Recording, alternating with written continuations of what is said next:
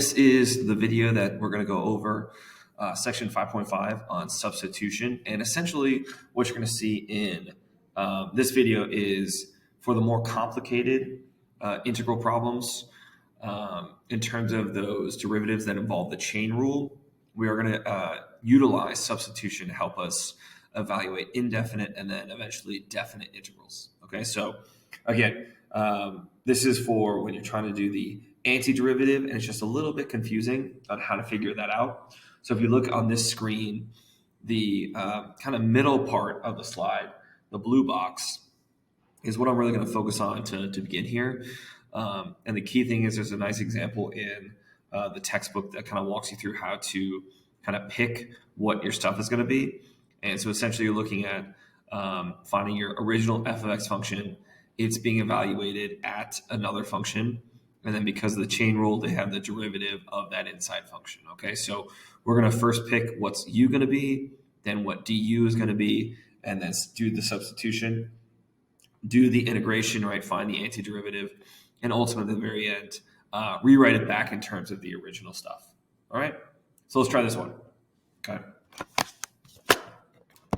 This says the integral of 6x times 3x squared plus 4 to the fourth power. So really what I first did in my brain was I rewrote this as 3x squared plus 4 to the fourth power and then times 6x.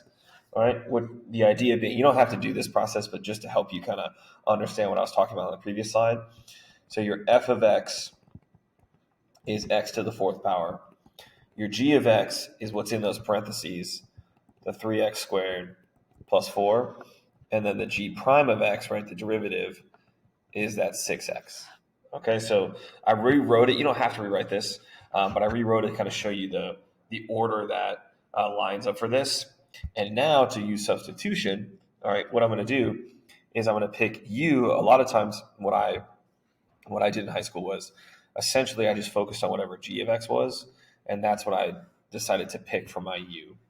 All right, so in this case, I'm going to make u equal to 3x squared plus 4. So then the derivative of that, right, du, is going to be 6x times dx.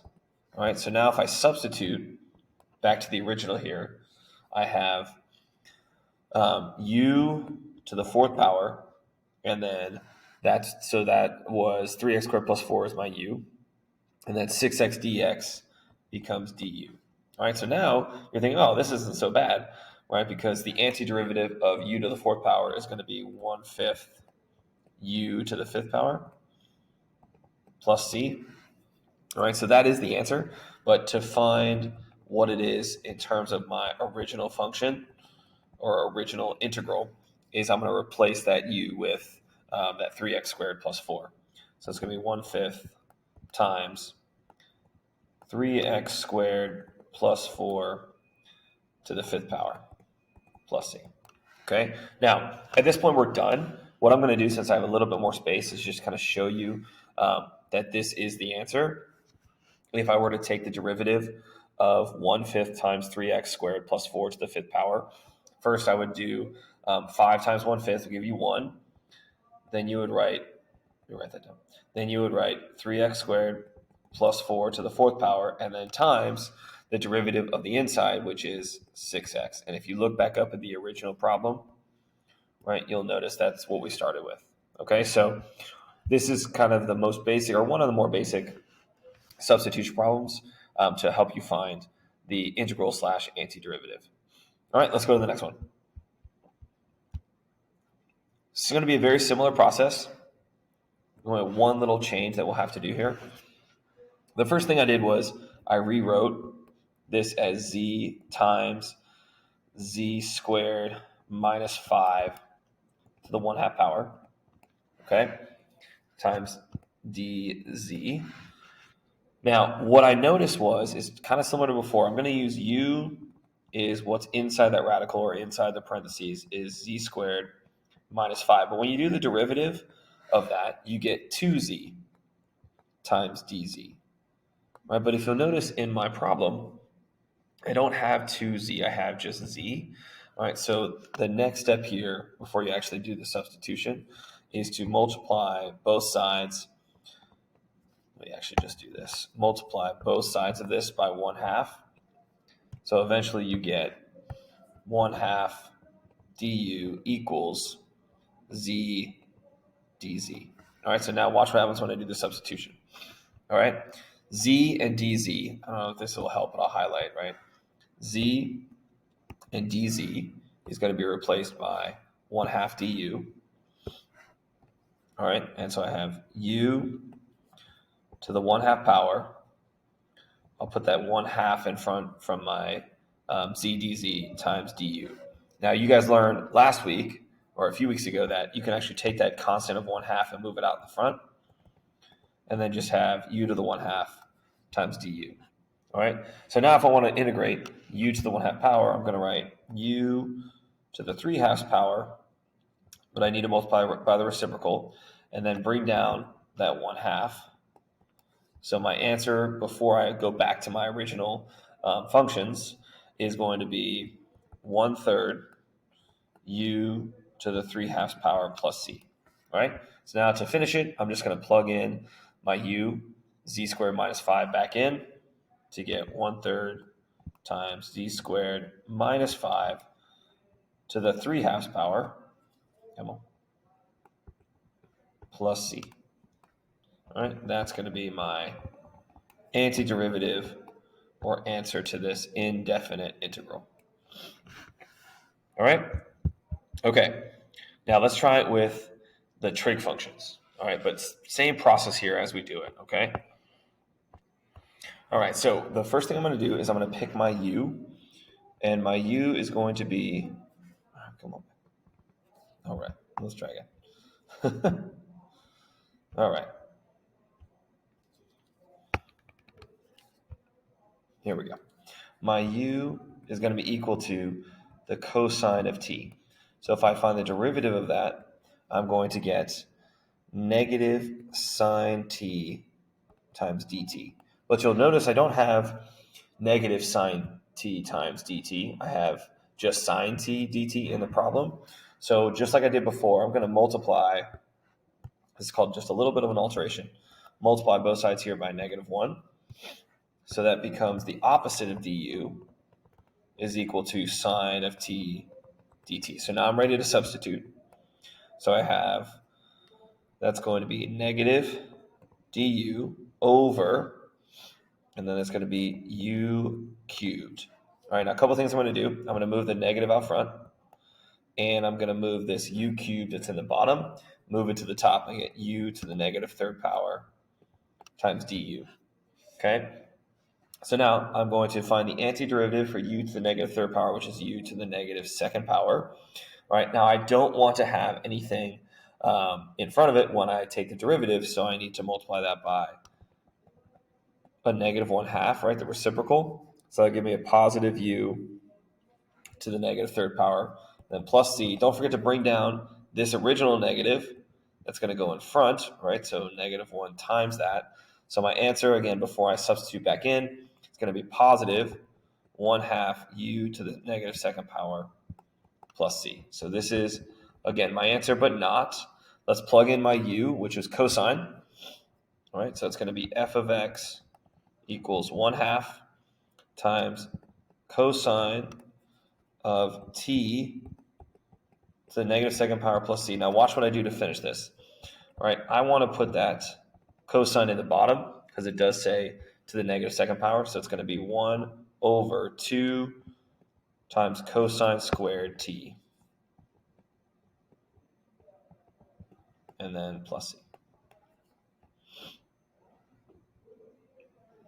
All right, so that's it for this example with some trig. A little bit confusing, but not so bad.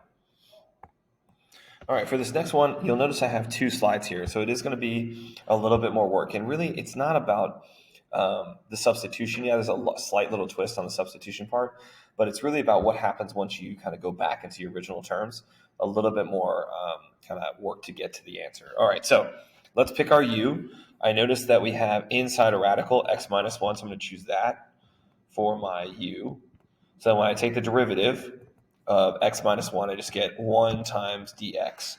Now, you'll notice that does not account for this x up at the top. I can't, at this point, substitute something in that's going to take that away because I want to essentially don't have any more x's, right? I just want u's and du's. So what I'm going to do is, if you notice this very first thing that I chose, that u is equal to x minus 1, I'm going to rewrite that and write x equals u plus 1. So now I can rewrite this integral as u plus 1 over u to the 1/2 power times du. Okay? Now I'm going to go ahead and take each of those things in the numerator and divide them by u to the 1/2 power. So u to the first power divided by u to the 1/2 power is u to the 1/2 power, right? Subtracting 1 minus a half. And then plus, this is going to be 1 over u to the 1/2 power, which is u to the negative 1/2 power. So all of that times du. All right, so now I'm going to find the antiderivative, again, still with u's. So this is going to be u to the 3/2 power, but I need 2/3 in front, plus this is going to be u to the positive 1/2 power, but I need the reciprocal in front, so 2. Okay, so this is my answer, but I'm going to substitute back in terms of my original stuff. Okay, so I'm going to go to the next slide, and I'm going to substitute it in. So I'm going to write at the top here 2/3 times x minus 1 to the 3/2 power plus 2 times x minus 1 to the 1/2 power.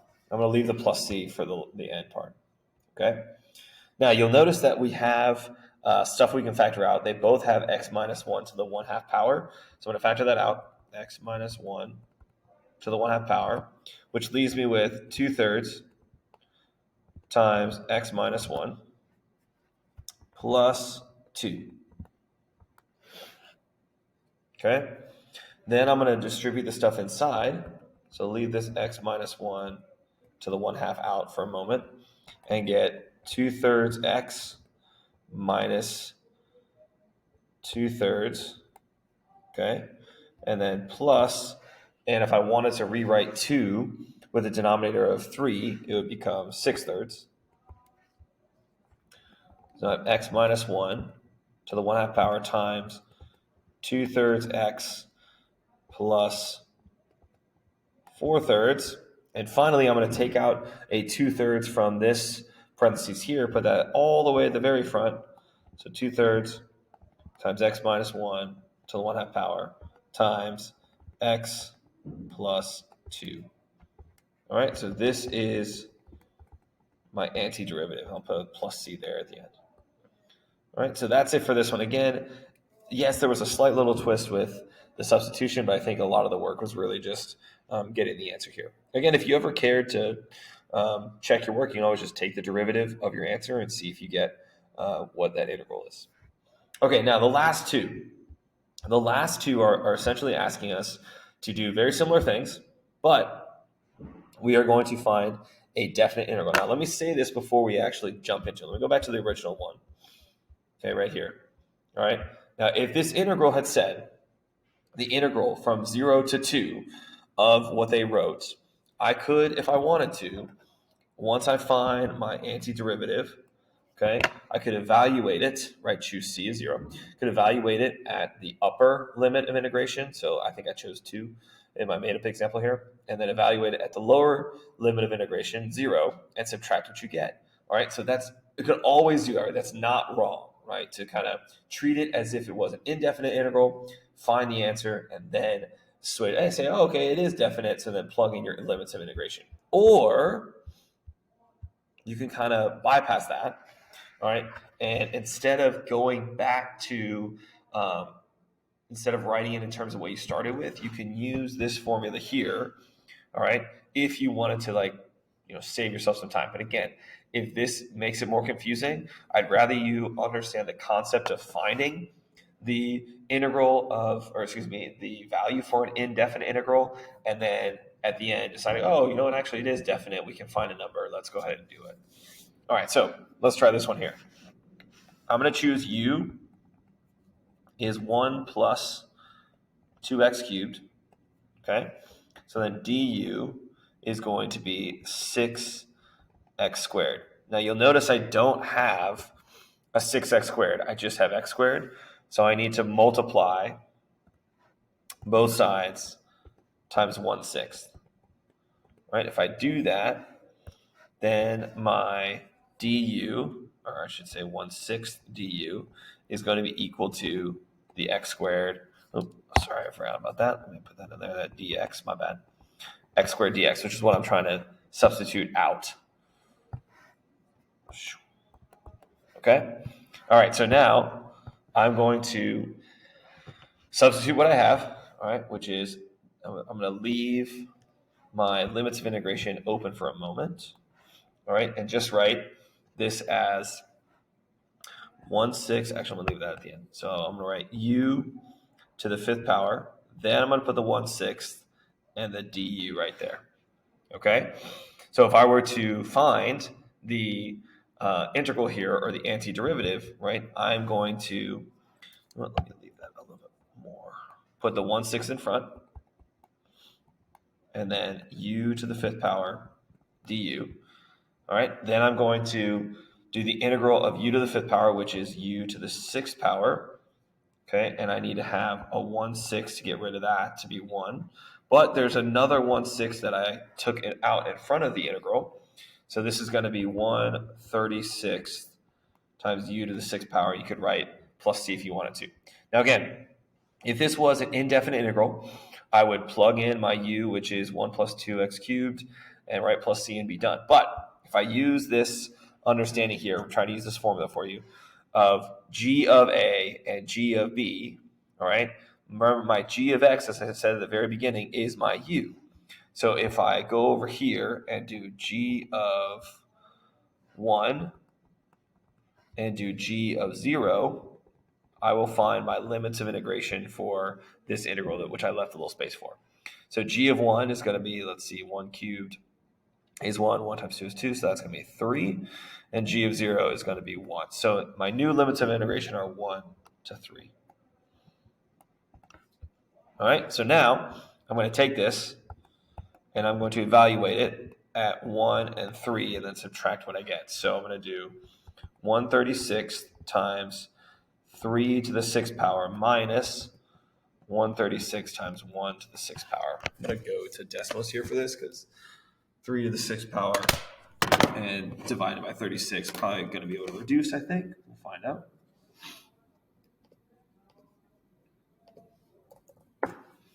All right, so I have 1/36.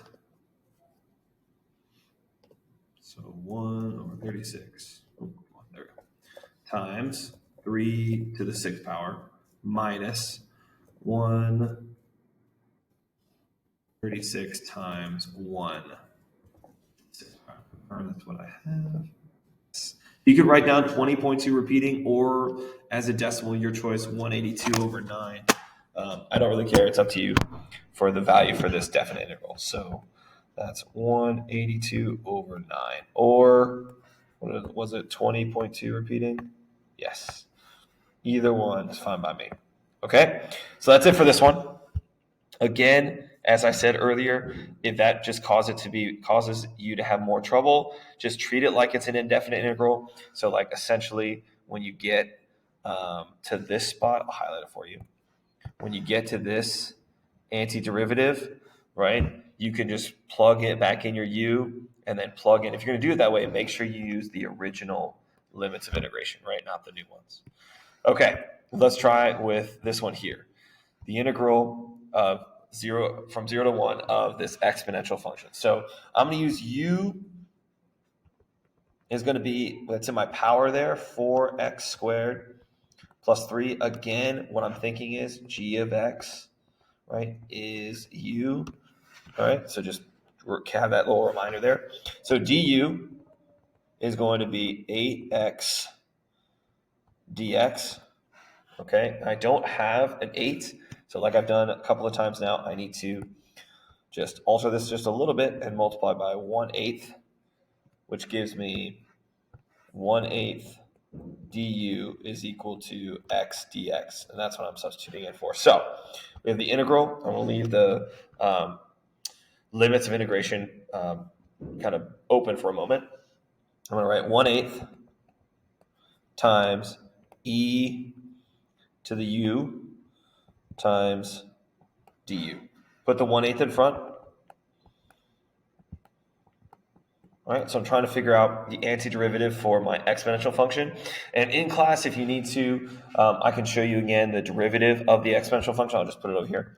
So d dx of e to the power of x is you copy e to the x, and then you multiply times the derivative of your exponent, right? And the derivative of x is just 1, so this just actually stays the same. Same thing here, right? So if the antiderivative of e to the power of u is actually just going to be e to the power of u, because when I take the derivative, I get e to the power of u times 1. But I bring down that 1/8.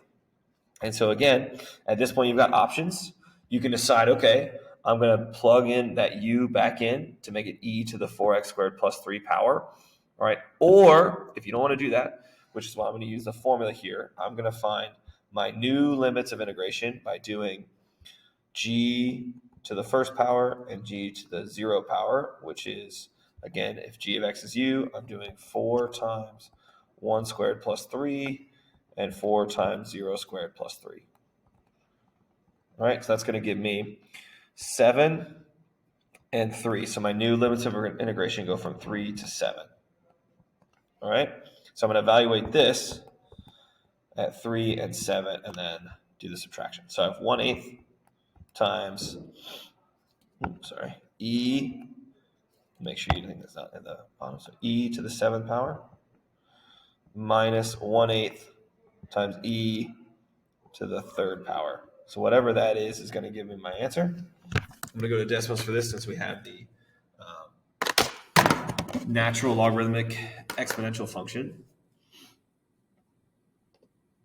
So 1/8 times e to the 7th power minus 1/8 times e to the 3rd power. I think that's what that was. Yes. So 134.57.